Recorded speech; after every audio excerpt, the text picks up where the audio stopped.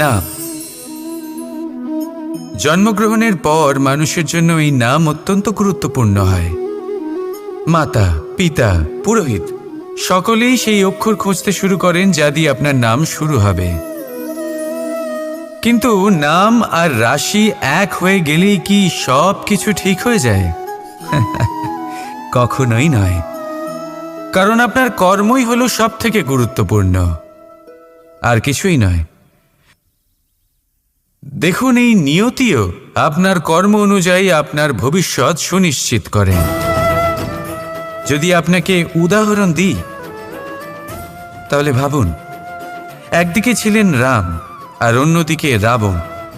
দুজনেরই নাম শুরু হয় র দিয়ে, কিন্তু একজন পেলেন এক ভয়ানক পরিণতি আর অন্যজন সমগ্র সংসারের মনে চিরস্মরণীয় হলেন।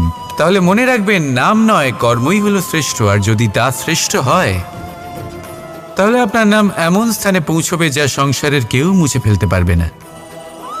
তাহলে আসুন আমার সাথে ভালোবেসে বলুন, রাধা রাধা। আমরা জীবনে বাঁচার জন্য কিছু না কিছু করতে থাকি। কিছু কাজ আমরা করে থাকি আর্থিক স্বাচ্ছন্দ্যতার জন্য, কিছু কাজ আমরা করে থাকি এই মনকে প্রসন্ন করার জন্য। কিন্তু আমাদের মধ্যে বেশিরভাগ মানুষ এই ভেবে ভেবে চিন্তার মধ্যে থাকেন যে কোনো কাজ আমরা যা ভেবেছি সেটা সেভাবে ঠিক হলো না, বা এই কাজ সম্পূর্ণ হলো না, বা কাজের পরিমাণ দেখে দুশ্চিন্তা করতে থাকেন। এবার এই যে দুশ্চিন্তা, এটা দুঃখকে আহ্বান করে, আর দুঃখ প্রতি মুহূর্তে আমাদের মেরে ফেলে। তাহলে ভাবুন, এ কি সত্যি? কাজের পরিমাণ কি আমাদের সত্যি সত্যি মেরে ফেলতে থাকে? কখনোই নয়। বুঝুন একটা গুরুত্বপূর্ণ কথা। আজ পর্যন্ত এই সংসারে যত মহাপুরুষ এসছেন, ওনাদের কাছেও ততটাই সময় ছিল যতটা আজ আপনার কাছে আছে। তত ঘন্টাই ছিল, তত মুহূর্তই ছিল।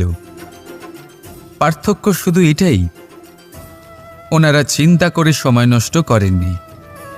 তারা পরিকল্পনা করেছেন, তাকে কার্যকর করেছেন, আর জীবনে মহান থেকে মহানতর কাজ করেছেন, যার জন্য আজও আমরা ওই মহাপুরুষদের স্মরণ করে থাকি। একটা গুরুত্বপূর্ণ কথা মনে রাখবেন, কাজের পরিমাণ কখনো আমাদের মেরে ফেলে না, কাজের দুশ্চিন্তা আমাদের মেরে ফেলে।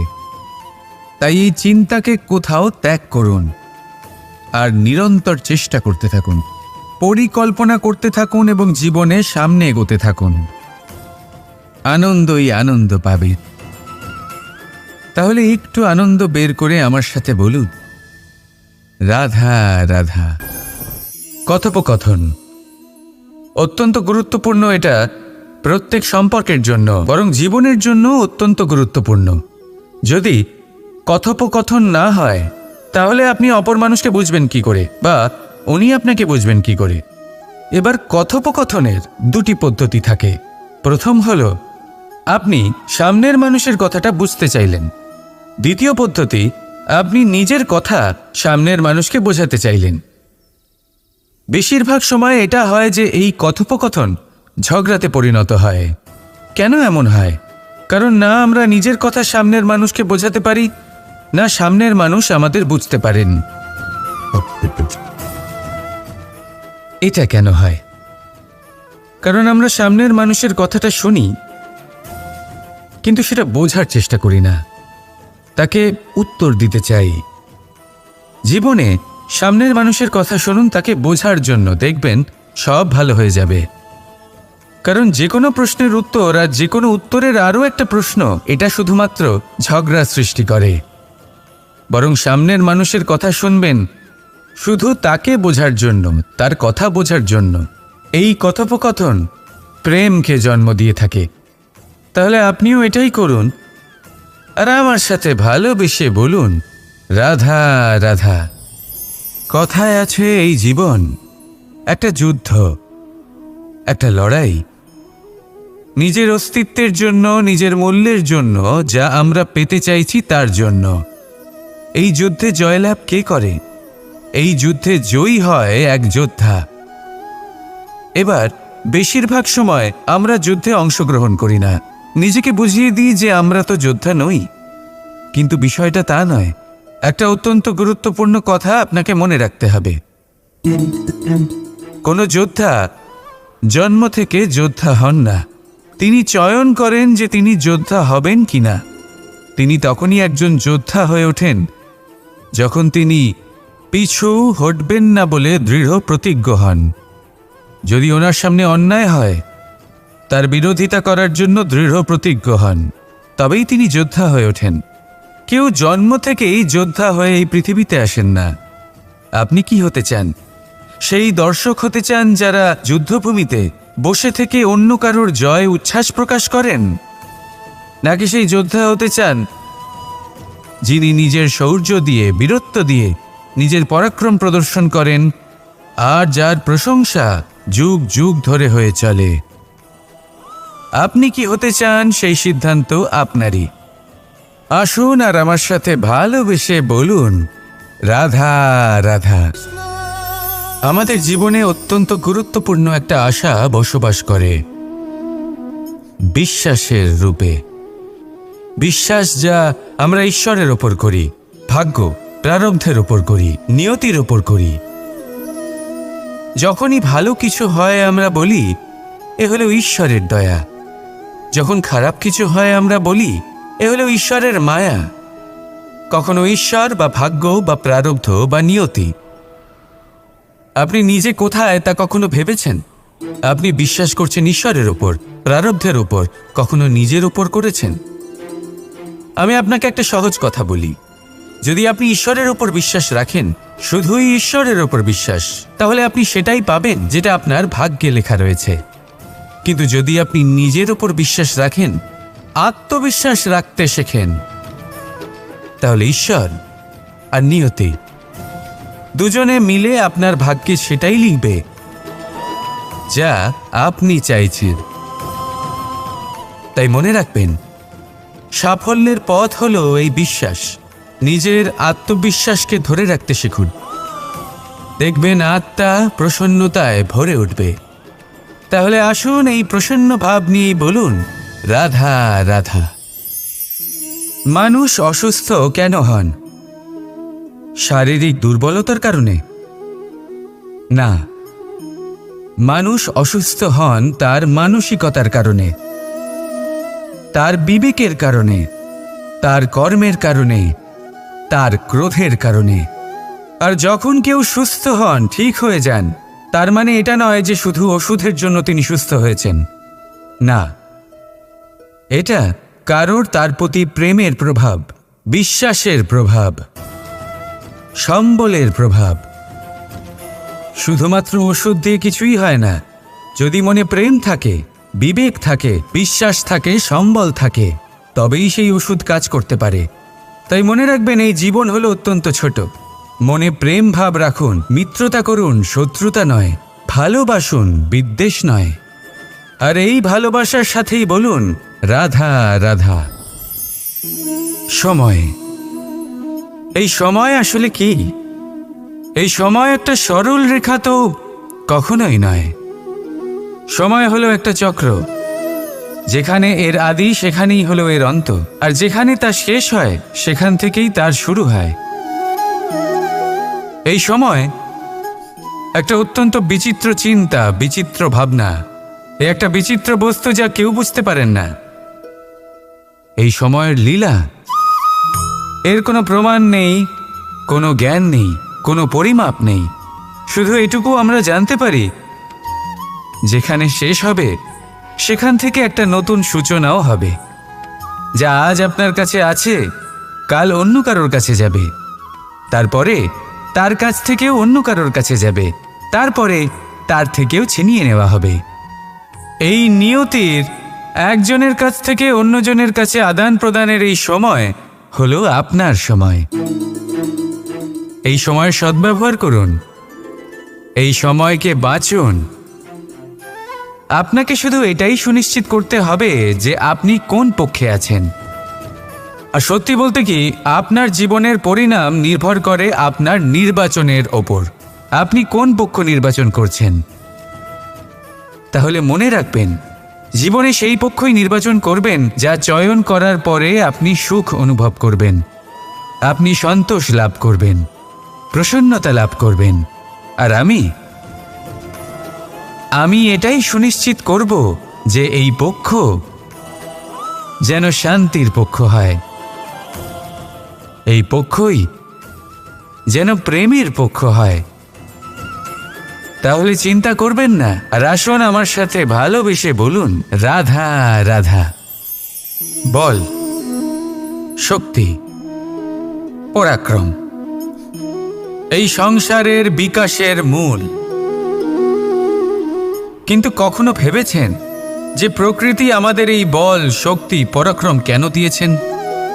যাতে আমরা জীবনে কারোর উদ্ধার করতে পারি, কাউকে সাহায্য করতে পারি, কারোর জন্য ভালো কিছু করতে পারি, কোনো গরিব অসহায় মানুষের জন্য কিছু করতে পারি, এই বল, এই শক্তির সদ্ব্যবহার করতে পারি। কখনো দেখেছেন এমন মানুষ যার কাছে অসীম শক্তি আছে, কিন্তু তার সাথেই অসম্ভব অহংকারও রয়েছে, যিনি নিজেকে সর্বশ্রেষ্ঠ বলে মনে করেন, খারাপ কাজও করেন। আপনি দেখবেন প্রকৃতি এবং মানুষ তাকে ভাঙতে সর্বদা চেষ্টা করেন। মনে রাখবেন, যতই সুবিশাল পর্বত হোক না কেন, তা যদি পথে পড়ে তাকে ভেঙে পথ প্রশস্ত করা হয়। যদি আপনার কাছে বল থাকে, শক্তি থাকে, পরাক্রম থাকে, তাহলে তার সদ্ব্যবহার করুন, কাউকে সাহায্য করুন, কাউকে রক্ষা করুন।